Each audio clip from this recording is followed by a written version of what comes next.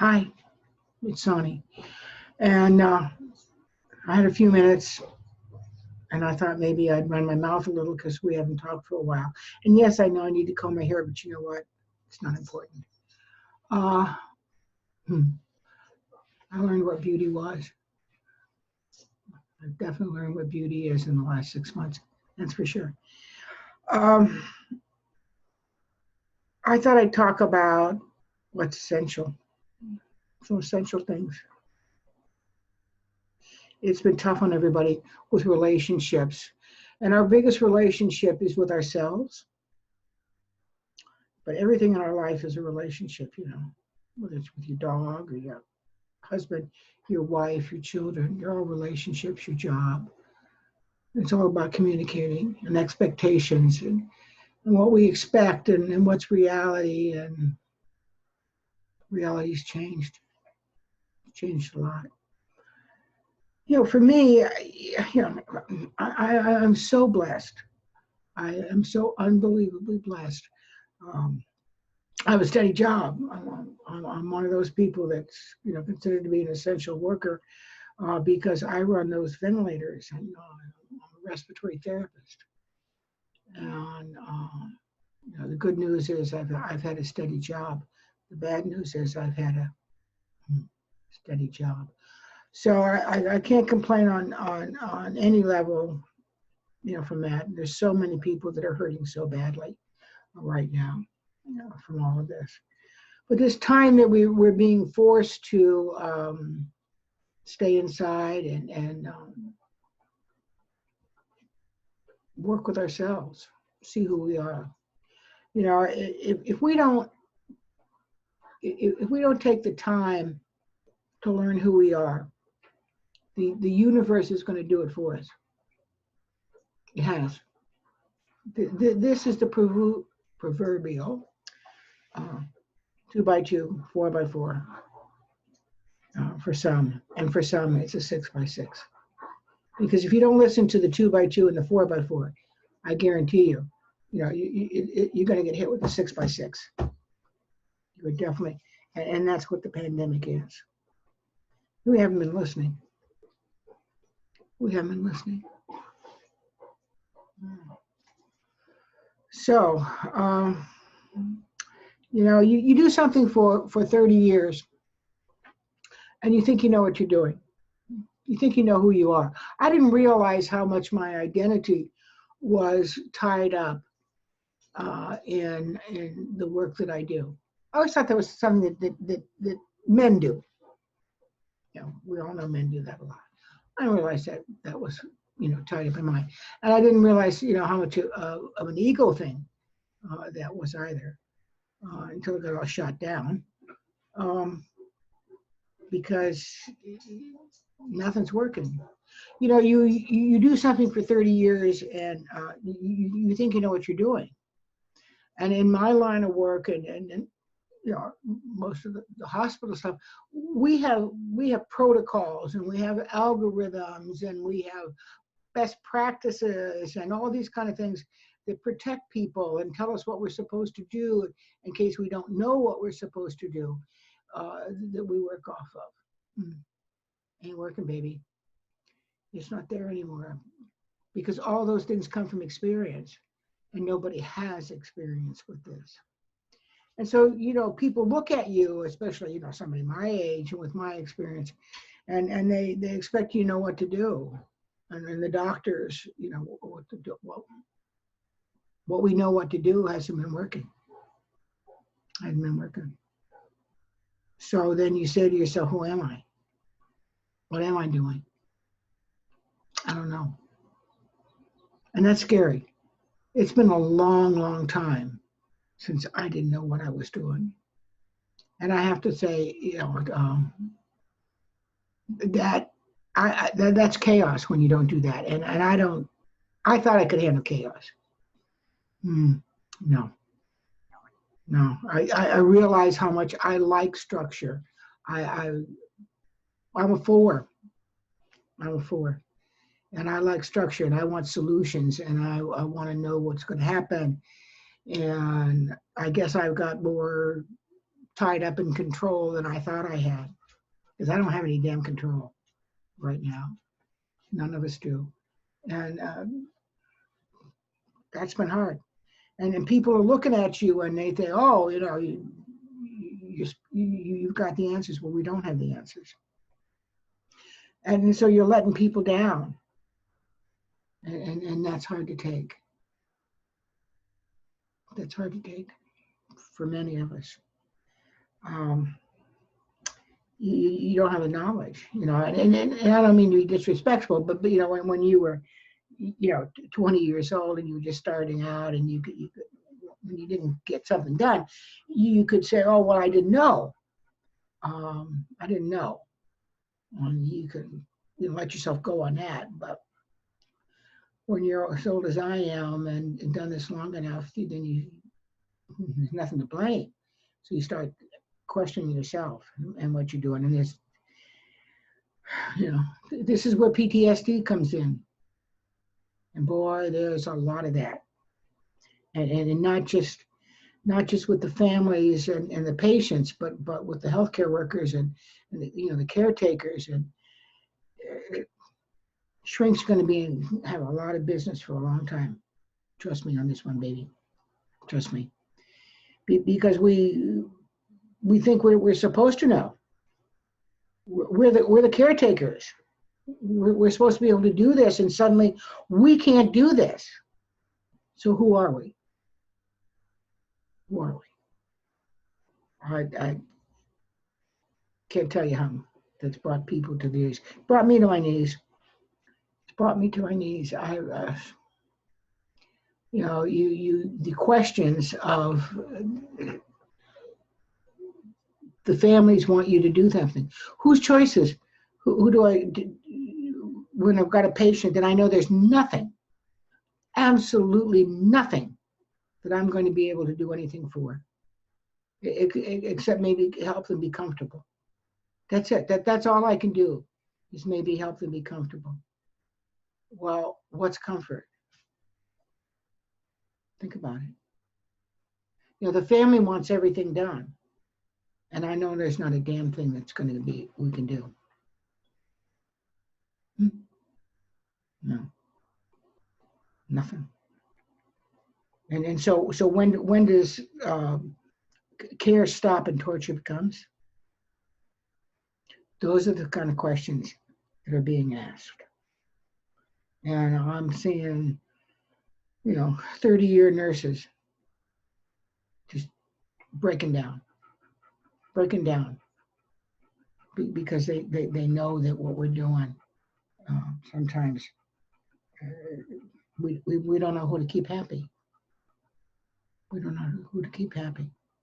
You think you know things. You don't know anything until you've done it yourself. I understand why we're here.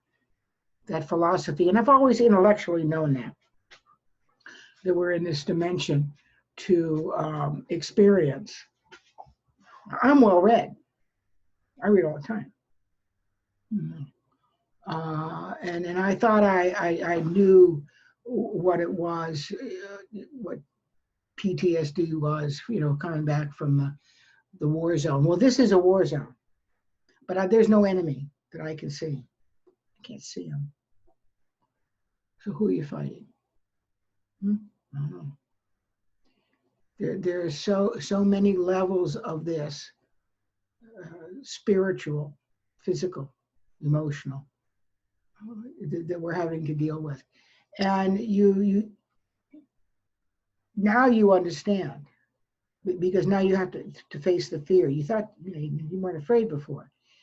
Of course, only a fool is not afraid, but I have to say I haven't particularly been afraid. I kind of a fatalist attitude towards things. And I also believe, when your time comes, and then you won't go before then. So that aspect for me has been okay. But for these young nurses and doctors who have kids at home, children and parents, and and they go in there and they have to make these decisions, and take care of people, and then worry about what they're taking home. The stress is just so unbelievable on them, and they don't think they should be feeling that way. You know, they don't want to feel their feelings. They don't want to be afraid. They're stoic. Well, you know, stoic is great, right? And you do have to be stoic in the moment. It's important. You can't break down when other people are depending on you. Okay? Well, you can't keep that up either. You can't keep that up either. I've learned how important it is to cry. Believe me, you got to cry. You have to admit how you feel. You have to admit to your anger. You have to, whatever it is. Oh, there goes a producer. You have to feel it, because if you don't feel this, whatever is going on, and stop judging what your emotions are, just feel them, and let them go through you. You're going to break down. I guarantee you're going to absolutely break down. You know, if somebody like me, and maybe this is my ego talking, but I'm pretty damn strong. Okay, and anybody who knows me will tell you that. And this has brought me to meltdowns when I've had to question the ethics and the morality of the things that I am doing. Doing with all the best intention, by the way. It's all done with best intention. We just don't know. We just don't know what we're doing. And you know what mistakes are? Mistakes are experience. But this isn't the same thing. You know, we try, and we're trying to find answers, and there's so many things that are involved. That, yeah, it's a whole new ball game for everybody. And I remember my grandmother talked about the Black Plague. She lived through it. Oh God, didn't understand that. I have a new understanding of what the Depression was. I have a new understanding of the men and women who come off the battlefield. Uh-huh. Yeah, because they did things because they had to, because someone told them to do it. Things that they questioned whether it was right or wrong, or, you know, we want to live in a black and white world. Well, it isn't black and white. It's 1,000 shades of gray. And which shade do you choose? Who do you choose? You got somebody there that you know you can't do anything for, and the family member wants you to do everything so I can keep you alive another 35 days, knowing full well that you're going to die. Whose choice is that? And we try and protect you, and so the patient is left to die by themselves. You know how horrible it is to say goodbye to somebody over an iPhone? Virtual reality. I guess maybe in some sense, you know, we should be grateful we can do that. I mean, I don't know, but it's horrible. It's absolutely horrible. I'm angry too. I'm angry at the greed and the hypocrisy. I'm angry that we can't find a better way to do some of these things. I'm angry at the clergy for not doing their job, at least not in the hospitals, not in mine. I think that's what the clergy's job is, to be with people when they die, and I'm not seeing enough of it. I don't think I should hand an iPhone to a dying patient who needs the last rites, and connect them to a website somewhere with somebody saying it's some kind of something that's pre-recorded. No. So have I learned to stop being judgmental? No. Probably not going to learn that in this lifetime. Haven't given that one up. I don't know, if whose fault that is, if the hospital doesn't want to let them in because they want to protect everybody's safety. And here's all these different shades of gray, okay? These are complicated problems. But if that 20-year-old with 3 kids at home can gown up and take care of that patient and try to keep them alive, then those ministers and those clergies, they can gown up and be there or say the last rites, okay? Because I've had to say it a couple of times, and that's not what should be happening to be said, okay? That makes me very angry. And that's judgmental. And I'm going to stand by it. I'm going to stand by that one. So, and this isn't over, and that's why, we have to start thinking in a different way. We are all interconnected. Our lives are interconnected on so many different ways. The only thing that I can do half the time is to hug somebody. I've had 30-year nurses break down, and supposed to be social distancing, and most of us have had it probably, and hug that person. They're just melting down. That's the only thing I can do. And sometimes that's all anybody can do. And remember that this is not a time for any of us to judge or dismiss how somebody handles their fear or how they handle a situation. We got to listen to them. Because sometimes all we can do for that individual is either physically or metaphorically put our arms around them and hug them. And sometimes I've had to call up a friend on the phone and say, please, I need you, darling, to put your strong arms around me and hug me. Because I've given everything inside of me, and I need some help. Sometimes we all have to do that. And there's no shame in doing that. There isn't. There's no shame in saying I'm afraid or I can't handle this. And it's not over. The other waves are going to come. It's the 4th of July weekend, and 2 weeks from now, 18 days, there'll be another wave coming in because of this. I don't know how big it is. Maybe we can handle it, maybe we can't. We're learning how to handle these things. But there's too many funerals. And you got to say I love you. Somehow, some way, you have to let those people who are in your life, you need to say I love you to them. You need to let them know that you're there. Because we need each other more than we ever before. And you can't dismiss them, or this is no time to get angry. I said I'm not into clergy, but that's not solving the problem.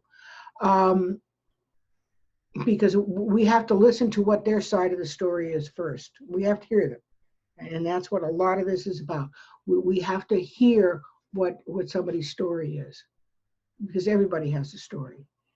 And then when we know where they're coming from, and they know where we're coming from, because they listen to us, then maybe we can work something out, because everybody needs to have their needs met. Okay? We all need our needs met. Not everybody has to get all their needs met, but you got to get some of them. Okay? And so we have to work at that. And we can do that. And that's what a lot of this is about. We have to learn to listen to each other. We have to take the walls down from around our heart, and we have to listen. And we have to love each other. We do. Or there's not going to be any world left for us. Or not any world that I want to live in. That's for sure. So hug your children.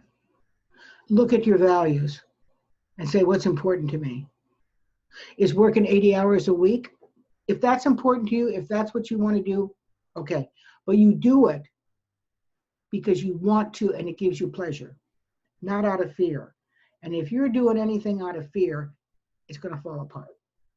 I can tell you that right now. Maybe not today, tomorrow, but it's going to fall apart. So start looking at the things that make you happy, that give you some pleasure. I don't like the word joy. And see what that is. And put your energy as much as you can in that direction. Sure, you know, we're all stuck in things that we don't like and we can't get out of. But don't focus on that. Change your focus on the things that make you happier. Okay? Because life is too short, baby. It's really, really short. Put your focus on what makes you happy, what makes your family happy, what makes your friends happy. And stop doing the things because you hear the word should. Okay?